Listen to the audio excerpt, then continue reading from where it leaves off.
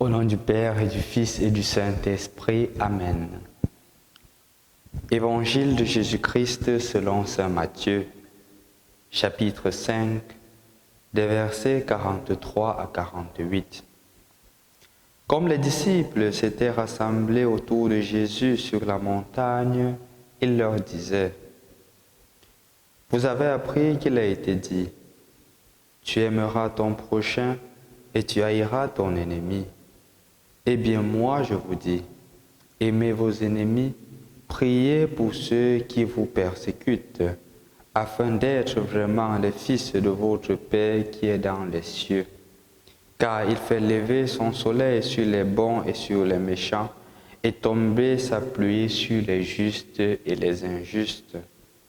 Si vous aimez ceux qui vous aiment, quelle récompense aurez-vous? Les publicains eux-mêmes n'en font-ils pas autant? Et si vous ne saluez que vos frères, que faites-vous d'extraordinaire? Les païens eux-mêmes n'en font-ils pas autant? Vous donc, soyez parfaits, comme votre Père céleste est parfait. Bonjour chers frères et sœurs dans le Christ. Nous voici rendus au dernier jour de la première semaine du temps de Carême. Et si nous prêtons attention, il y a ce qu'on appelle en langage technique une inclusio. L'inclusio, on le trouve généralement dans l'évangile de Jean. Lorsque Jean commence une phrase au début, dans un chapitre, et il utilise la même phrase dans le dernier verset du chapitre. Et justement, quand il utilise cela, on parle d'inclusio parce que tout ce qui est contenu dans le texte, c'est en vue d'expliquer justement la phrase de début. Si on rentre dans la première lecture de lundi, on verra que le Seigneur commence dans Lévitique chapitre 19 verset 2, il dit « Soyez parfaits ou soyez saints, car moi, votre Père, je suis saint. » Et il commence à expliciter. Aujourd'hui encore dans l'évangile de Matthieu, l'évangile termine plutôt en disant « Soyez parfaits ou soyez saints, car votre Père céleste est saint. » Comme pour dire que ce qui nous a été demandé depuis lundi, mardi, mercredi, jeudi, vendredi, aujourd'hui, tout ce qui était demandé, la vie de prière, la relation avec les autres, le pardon, le pouvoir de la prière, tout cela était en vue de nous rendre saints. Donc, chers frères et sœurs dans le Christ, la première des choses que nous sommes appelés à faire aujourd'hui, c'est de faire d'abord un examen de conscience. À quel niveau suis-je dans ma relation avec Dieu?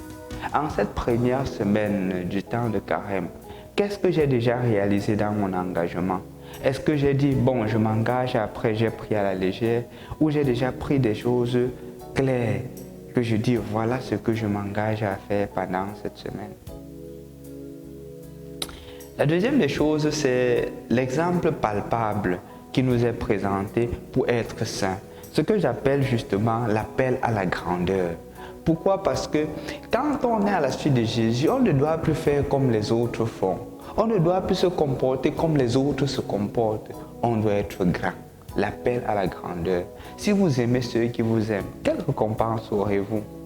Si nous faisons comme les autres font, qu'est-ce que nous faisons d'extraordinaire? Qu'est-ce qui nous distingue justement de celui qui ne va pas à l'église, de celui qui n'est pas chrétien, de celui qui n'a pas reçu les sacrements, si nous faisons comme eux? Non, on doit faire quelque chose en plus. La grandeur. Et un exemple concret, un exemple palpable, c'est justement ce qui est difficile, l'amour de l'ennemi. Aimez vos ennemis. Pour vous dire la vérité, chers frères et sœurs dans le Christ, regardons dans toutes les autres religions, on ne verra pas ceci. C'est ceci qui fait la spécificité même du chrétien, l'amour de l'ennemi. Regardons dans toutes les autres religions, on ne parle pas de l'amour de l'ennemi, à l'exception de nous, de chez nous les chrétiens. Parce que justement, on est capable de regarder l'autre comme Dieu nous regarde. Aujourd'hui alors, mon frère, ma soeur, en plus d'un examen de conscience que je te demande de faire, efforce-toi à aimer celui qui te persécute. Pas parce que toi tu aimes la persécution, mais parce que justement, celui qui t'appelle à la sainteté te dit voilà le chemin à suivre. Et puisque tu lui fais confiance, aime ton ennemi. fais du bien et prie pour celui qui te fait du tort. C'est vrai, ce n'est pas facile. Mais justement, on ne suit pas Dieu par nos propres forces. On suit Dieu parce que lui-même, il nous donne la force de le faire. Et puisque lui, il nous donne la force de le faire, confions à lui nos difficultés. Confions en lui nos difficultés à aimer nos ennemis, à pardonner. Et là, il nous donnera de la force. Et là, nous serons saints. Comme lui, notre Père, il est saint. Deux choses finalement.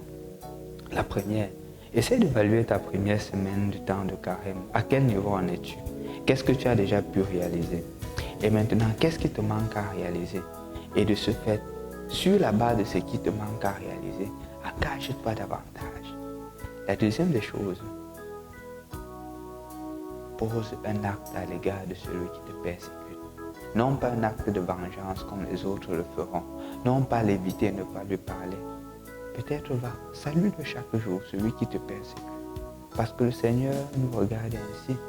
Peut-être va, adresse une prière pour lui. Peut-être va, pardonne, accorde-lui le pardon.